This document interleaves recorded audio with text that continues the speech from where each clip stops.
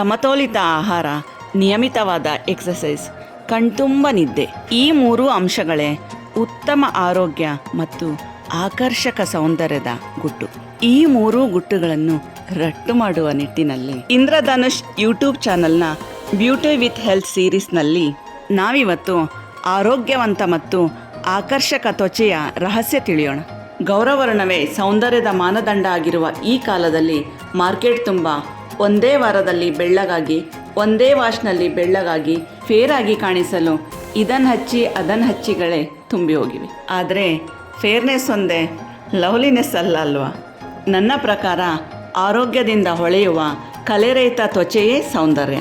ಬಣ್ಣ ಕಪ್ಪಾದರೇನು ಬಿಳುಪಾದರೇನು, ತ್ವಚೆ ಆರೋಗ್ಯವಂತವಾಗಿರಬೇಕು. ಇಂತಹ ಆರೋಗ್ಯವಂತ ಕಲೆರಹಿತ ತ್ವಚೆ ಅದು ಈ ಬಿಸಿಲಿನಲ್ಲಿ ಅಸಾಧ್ಯ ಅನಿಸುತ್ತೆ ಅಲ್ವಾ? ಆದರೆ ಇವತ್ತಿನ ಈ ವಿಡಿಯೋ ನೋಡಿದರೆ ಈ ಬಿಸಿಲಿನಲ್ಲೂ ಆರೋಗ್ಯವಂತ ತ್ವಚೆನ ಪಡೆಯೋದು ಅದು ಕಡಿಮೆ ಖರ್ಚಿನಲ್ಲಿ ಇಷ್ಟು ಸುಲಭನ ಅನಿಸುತ್ತೆ. ಹಾಗಾದರೆ ಇನ್ನೂ ತಡ ಯಾಕೆ?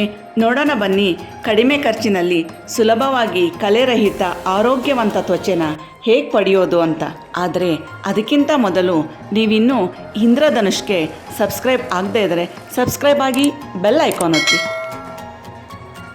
ಭೂಮಿಯ ತಾಪಮಾನದ ರೆಕಾರ್ಡ್ ಇಡುವ ಪರಂಪರೆ 1880ರಿಂದ ಶುರು ಆಯಿತು. ಅದರ ಪ್ರಕಾರ ಭೂಮಿಯ ತಾಪಮಾನ ಪ್ರತಿ ದಶಮಾನಕ್ಕೊಮ್ಮೆ ಸರಾಸರಿ 0.11 ಡಿಗ್ರಿ ಫ್ಯಾರನ್ಹೀಟ್ನಷ್ಟು ಜಾಸ್ತಿ ಆಗ್ತಿದೆ. 2024ನೇ ಇಸ್ವಿನ ಹಾಟೆಸ್ಟ್ ಇಯರ್ ಅನ್ನಲಾಗಿತ್ತು.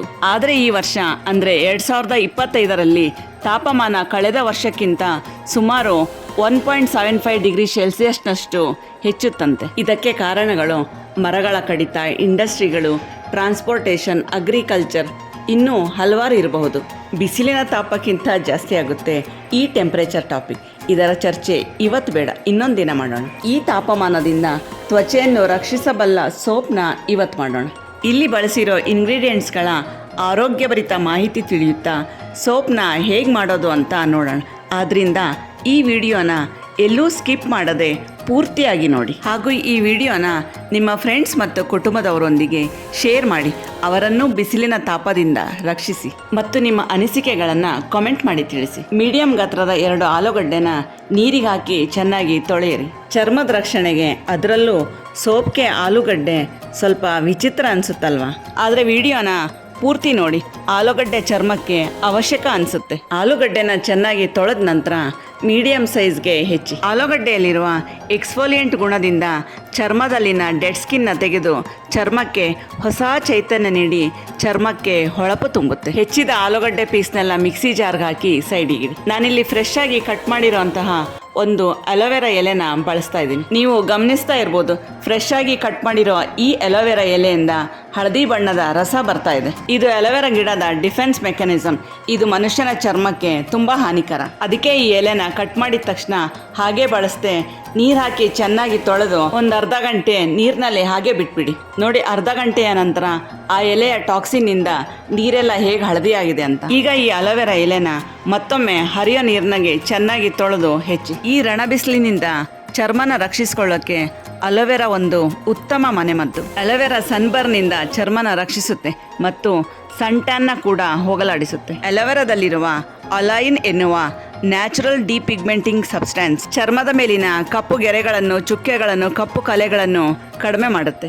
ಹೆಚ್ಚಿದ ಅಲೋವೆರಾನ್ ಕೂಡ ಆಲೂಗಡ್ಡೆ ಜೊತೆಗೇನೆ ಮಿಕ್ಸಿ ಜಾರ್ಗೆ ಹಾಕಿ ಸಣ್ಣಗೆ ಪೇಸ್ಟ್ ಮಾಡ್ಕೊಳ್ಳಿ. ಅಲೋವೆರಾದ ಹೆಚ್ಚಿನ ಮಾಹಿತಿಗಳಿಗಾಗಿ ಮತ್ತು ಪ್ರಾಡಕ್ಟ್ಸ್ಗಳಿಗಾಗಿ ಡಿಸ್ಕ್ರಿಪ್ಷನ್ ಬಾಕ್ಸಲ್ಲಿರೋ ಲಿಂಕನ್ನು ಒತ್ತಿ. ಈ ಪೇಸ್ಟ್ನೀಗ ಜಾಲರಿಯಿಂದ ಸೋಸ್ಕೊಳ್ಳಿ.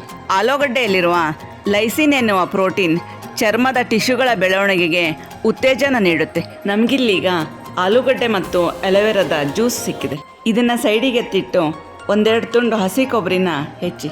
ಕೊಬ್ಬರಿಯಲ್ಲಿರುವ ಆ್ಯಂಟಿ ಇನ್ಫ್ಲಮೇಟರಿ ಗುಣದಿಂದ ಇದು ಚರ್ಮಕ್ಕೆ ತಂಪು ನೀಡಿ ಸನ್ಬರ್ನ ಕಡಿಮೆ ಮಾಡುತ್ತೆ. ಕೊಬ್ಬರಿಯಲ್ಲಿರುವ ಫ್ಯಾಟಿ ಆ್ಯಸಿಡ್ಸ್ ಮತ್ತು ಆ್ಯಂಟಿಸೆಪ್ಟಿಕ್ ಗುಣದಿಂದ ಇದು ಚರ್ಮನ ಮೃದು ಮಾಡೋದಲ್ಲದೆ ಚರ್ಮದ ಮೇಲಿನ ಕಪ್ಪು ಕಲೆನ ತೆಗೆಯುತ್ತೆ. ಹೆಚ್ಚಿದ ಈ ಹಸಿ ಕೊಬ್ಬರಿನ ಕೂಡ ಮಿಕ್ಸಿಗೆ ಹಾಕಿ ಸಣ್ಣಗೆ ಪೇಸ್ಟ್ ಮಾಡಿಕೊಂಡು ಜಾಲರಿಯಿಂದ ಸೋಸ್ಕೊಳ್ಳಿ. ತೆಂಗಿನ ಹಾಲು ಚರ್ಮಕ್ಕೆ ಗ್ಲೋ ಕೊಡುತ್ತೆ ಮತ್ತು ಚರ್ಮನ ಮಾಯಿಶ್ಚರ್ ಮಾಡುತ್ತೆ. ಚರ್ಟನ ವೇಸ್ಟ್ ಅಂತ ಬಿಸಾಡದೆ ಗಿಡಕ್ಕೆ ಹಾಕಿದರೆ ಉತ್ತಮ ಗೊಬ್ಬರ ಆಗುತ್ತೆ. ತೆಂಗಿನ ಹಾಲು, ಆಲೂಗಡ್ಡೆ ಮತ್ತು ಅಲೋವೆರಾದ ರಸನ ಸೈಡಿಗಿಟ್ಟು ಒಂದು ಒಣ ಬಟ್ಟೆಯಿಂದ ಮಣೆನ ಒರೆಸ್ಕೊಂಡು ಸೋಪ್ ಬೇಸ್ನ ಸಣ್ಣಗೆ ಹೆಚ್ಕೊಳ್ಳೋಣ.